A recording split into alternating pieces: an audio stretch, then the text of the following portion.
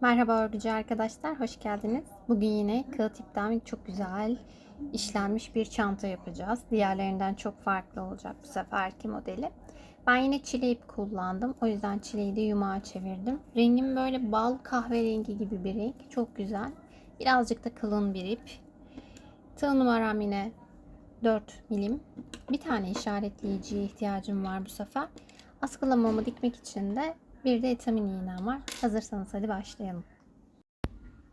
Şimdi çantamızın önce tabanını yapmaya başlayacağız.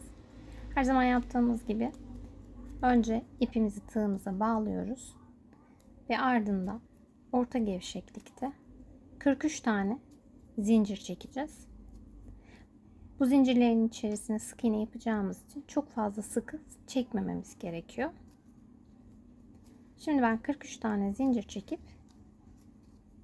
ikinci sıra için çalışmaya başlayacağım.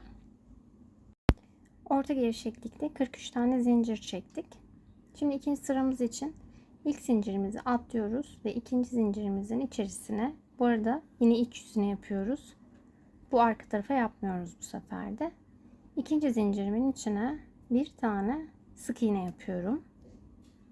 2 tane ilmeği alıyorum ve hepsini tek seferde çekiyorum. Ardından ilk yapmış olduğum sık iğneye bir tane işaretleyici takıyorum. Tek seferliğe mahsus bir arttırma işlemi yapacağız. O da bu sırada olacak. Yerimizi kaybetmemek için işaretleyicimizi takıyoruz. Ardından her zincirin içerisine birer tane ikili trabzan yapıyoruz.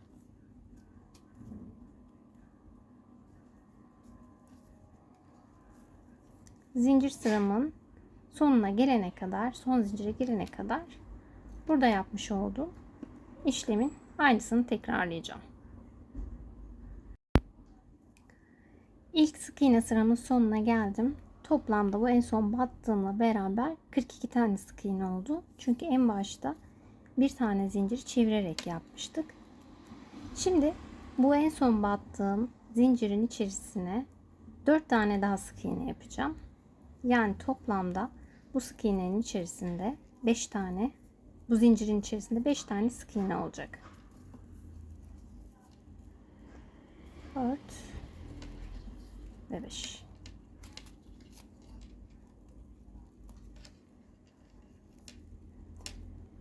Yanlış olmasın sayalım. 1, 2, 3, 4, 5. 5 tane sık iğne yaptık. Şimdi her battığımız sık iğnenin karşısına gelecek şekilde birer tane daha sık iğne yapıyoruz. Yani tam karşısına denk geliyor battığımız sık iğneler. Burada da bu işaretleyicimin olduğu yere gelene kadar birer tane sık iğne yaparak ilerleyeceğim. Burada da sıra sonuna geldik. Yapacağımız işlem bu en son şuradaki deliğe şununla beraber toplamda 5 tane sık iğne olmasını sağlamak. Şimdi 4 tane çekiyoruz. 2 3 işaretleyicimi de çıkarayım ve 4. Bununla beraber 5 tane oldu. Burada da şu işlemi yapıyoruz. İlmek yürütme yapmıyoruz. Bir tane sık iğne alıp üst kata çıkıyoruz. Ve işaretleyicimizi de yine başlangıç noktamıza sabitleyelim. Çantamızın ilk taban sırasını oluşturduk. Bir de ölçümüzü alalım. Tam şekilde. Bir de arttırma yapmayacağız. Direkt bunun üstüne ilerleyeceğiz. Bu da gördüğünüz gibi 32 santime denk geliyor. İdeal genişlikte bir çanta olacak. Şu ipimizi de biraz yürütmüştük. Bunu da buradan kesebiliriz. Burası da çantamızın iç yüzü olacak. Tek ön çalışacağız yani çantada. Şimdi buradan ikinci sıraya geçiş yapıyorum. İkinci sırada da her başağın tepesine bir defa batıp sık iğne yapıyoruz.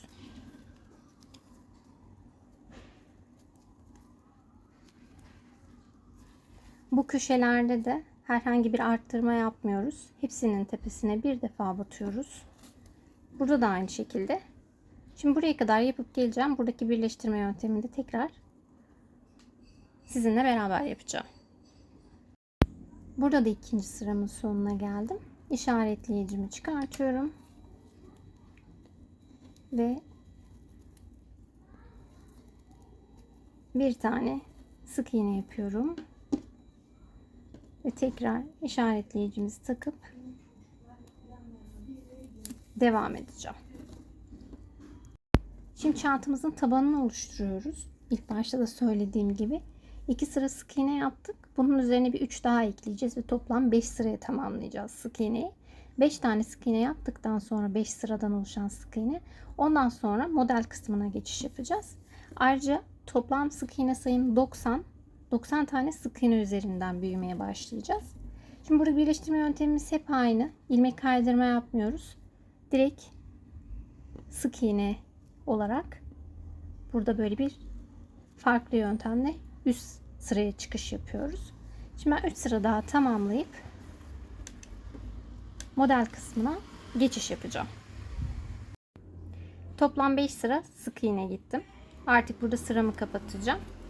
Ama bu kapatmayı bir alt sıralarda yaptığım gibi yapmayıp ilmek kaydırma ile yapacağım. En son çıkmış olduğumuz başağın tepesine bir tane ilmek kaydırma yapıyoruz ve 5. sıramızın sık iğnesini de kapatmış oluyoruz. Buradan sonra artık modele geçiş yapıyoruz. Toplamda 1, 2 ve 3. 3 tane zincir çekiyorum.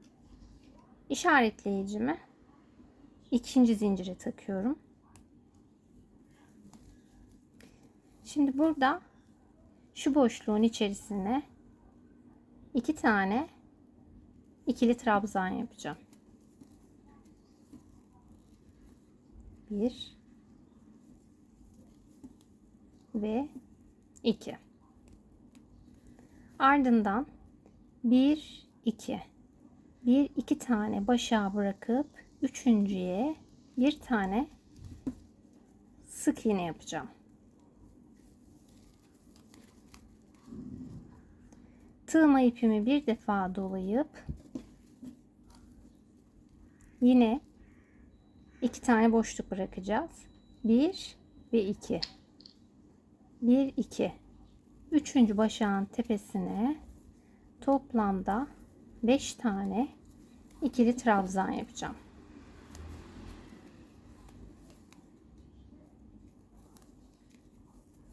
Şu an tabana yakın olduğumuz için alttakini kontrol etmesi biraz zor oluyor ama yükseldikçe daha rahat yapmaya başlayacağız.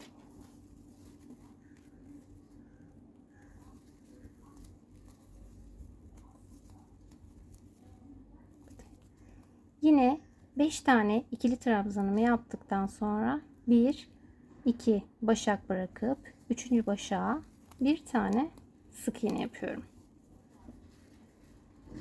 Tekrar tığıma ipimi doluyorum. 1 2 tane başak bırakıp üçüncüye yine 5 tane ikili trabzan yapıyorum. Yani 3 tane başak üzerinden yürüyoruz. 3 tane sık iğne üzerinden model çıkartıyoruz.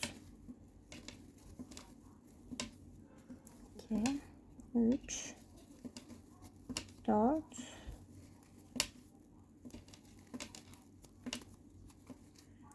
ve 5. 1 2 tane boşluk bırakıp üçüncüye sık iğne yapıyoruz. Modelimiz bu. Şimdi bunun üzerine bir sıra daha çıkacağız. Orada daha çok belli olacak modelimiz. Şimdi bu sıramı buraya gelene kadar aynısını yapacağım. Buradaki işlemlerin hepsini bu sıra boyunca tekrarlamaya devam edeceğim. Şimdi modelimin olduğu sıranın sonuna geldim. Burada kalan 1-2 tane başak ve bir de İlk çekmiş olduğumuz zincirin kökündeki başak. Bu durum sizi korkutmasın. Burada yapacağımız işlem yine çok basit. Kapatacağız sıramızı. Tığımıza ipimizi bir defa doluyoruz. İlk yapmış olduğumuz 2 tane ikili trabzan ve 3 zincirin dibindeki bu boşluğa batıyoruz. İkili trabzan. Bir tane daha batıyoruz.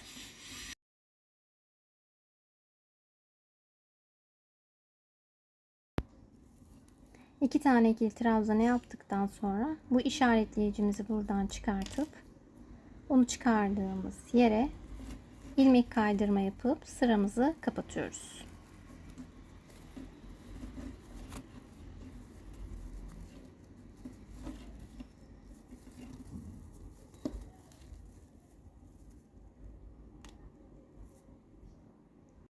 Şimdi üst sıraya geçeceğiz.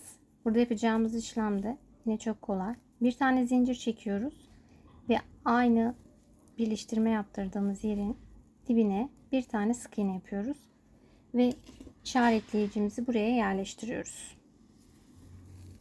Bundan sonra yine bir alt sırada yaptığımızı yapacağız. Artık yerler çok daha belli olduğu için daha kolay olacak. Tığımıza ipimizi bir defa doluyoruz. 1 2 tane boşluk bırakıp 3. boşluğun tepesine toplamda 5 tane ikili trabzan yapıyorum.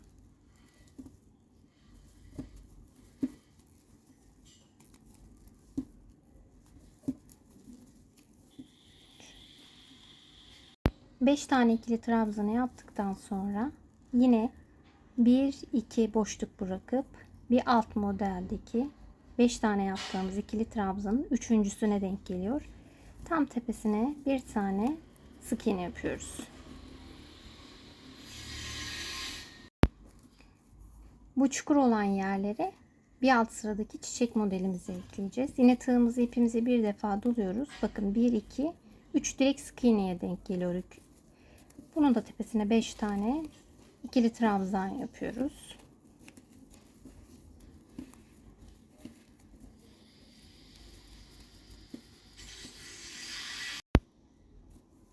Beş tane ikili trabzanı yaptıktan sonra da 2 tane boşluk bırakıp alt modelimizin en tepesine denk gelecek şekilde bir sık iğne yapıyoruz. Bu sırada tüm yol boyunca bu şekilde ilerleyecek. Ta ki buraya gelene kadar. Buraya geldiğinde de birleştirme yöntemini sizinle tekrar paylaşacağım.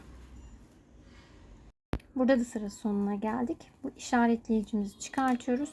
Zaten en son çiçek modeliyle bitirdik ve sık iğneye denk geliyor. Buradaki sık iğnenin üzerine ilmek kaydırma yapıyoruz ve bu sıramızı da bu şekilde kapatıyoruz. Kaçmaması için şöyle 3 tane zincir çekelim. İşaretleyicimizi de yerleştirelim. Bir sonraki kapatma şeklimiz bir alt sıradaki gibi olacak.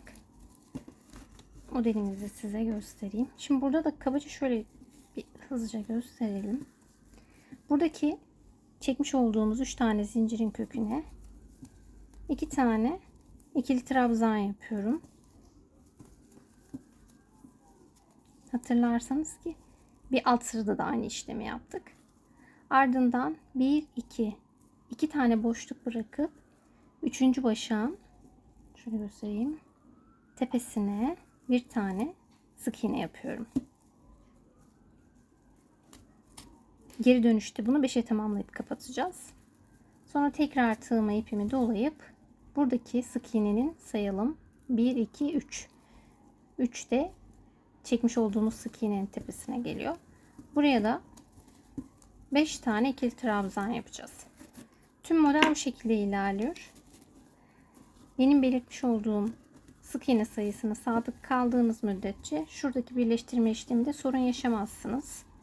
3 ve 3'ün katları şeklinde ilerliyor çünkü modelimiz. Büyütmek isterseniz de 43 değil 46 zincir, küçültmek isterseniz de 40 zincire düşürebilirsiniz. Şimdi yaklaşık ben 30-32 santime denk gelecek şekilde bu modelin aynısını tekrarlayacağım. Tam sırayı da bitirdikten sonra sizinle paylaşacağım. Ayrıca şunu da atlamayalım. Bunların her sık iğneye battığımızda 5 tane ikili trabzan yapıyoruz ki bir üst sıraya geldiğimiz zaman sık iğnemizin yeri karışmasın. Yani iki sağda iki solda kalıp biz tepedekine batacağız. O yüzden beşer tane ikili trabzan yapmak her çiçeğe önemli. Bunu atlamamak gerekiyor. O zaman da modelden bir sapma yaşamayız. Ve sıralamayı bitirdim. Çok güzel böyle midye tarzı bir çanta oldu ve çok kütük gibi sağlam bir çanta oldu. Yanlışım yoksa eğer toplam 17 sıra yapmış olmam lazım. 1, 2, 3, 4, 5, 6, 7, 8, 9, 10, 11, 12, 13, 14, 15, 16, 17, 18 sıra yapmışım. Büyüklüğü de yine bahsetmiş olduğum gibi 32 santime denk gelecek şekilde olsun istemişimdir. Bu 30'a denk gelmiş. Yine ideal. Burası da 32 santim. Yani çantamızın yine 32. Bu ise 30 santim. Şu alttaki 5 sıra sık iğnemle beraber üzerine santimi koydum. O şekilde boyutu söyledim size. Şimdi askılama yöntemine geçeceğiz. Askılamam benim her zaman yapmış olduğum askılama. Bunu daha önce gösterdiğim için tekrar göstermiyorum. Oldukça sık işledim bu sefer. Şimdi de boyutlarını paylaşayım askımın sizinle. Bu arada bu askımdan 2 tane yaptım. Her birinin boyu 72 santime denk geliyor. Kendi omuzuma göre ölçtüm. Siz de kendi omuzunuza göre ayarlayıp boyutunu tutturabilirsiniz. Şimdi askılama yöntemimi şu şekilde yapacağım. Tam kameramda sığmıyor ama askıyı içeriden dikeceğim. Çünkü çantanın modelini bozmasını istemiyorum. Normalde bu şekilde de yapabilirsiniz. Ya da daha önce gösterdiğim gibi şu aradan geçirip şuradaki yöntemi de yapabilirsiniz. Ama ben bu görseli bozmaması için askımı içeriden dikeceğim. Şu şekilde ayarlama yapacağım. Şimdi tam ölçümü de sizinle paylaşayım. 6 santim buradan bıraktım. 6 santim de buradan bıraktım. İşaretleyiciniz yoksa bir ip yardımıyla da buraya belirtebilirsiniz. Çok da mühim değil. Boncuk sayısına göre de boncuğun tepesindeki başakların sayısına göre de belirleyebilirsiniz. Şimdi tam şu içeriye alacağım askımı. Yaklaşık 2,5 santime denk gelecek şekilde iç kısımdan dikmesini yapacağım.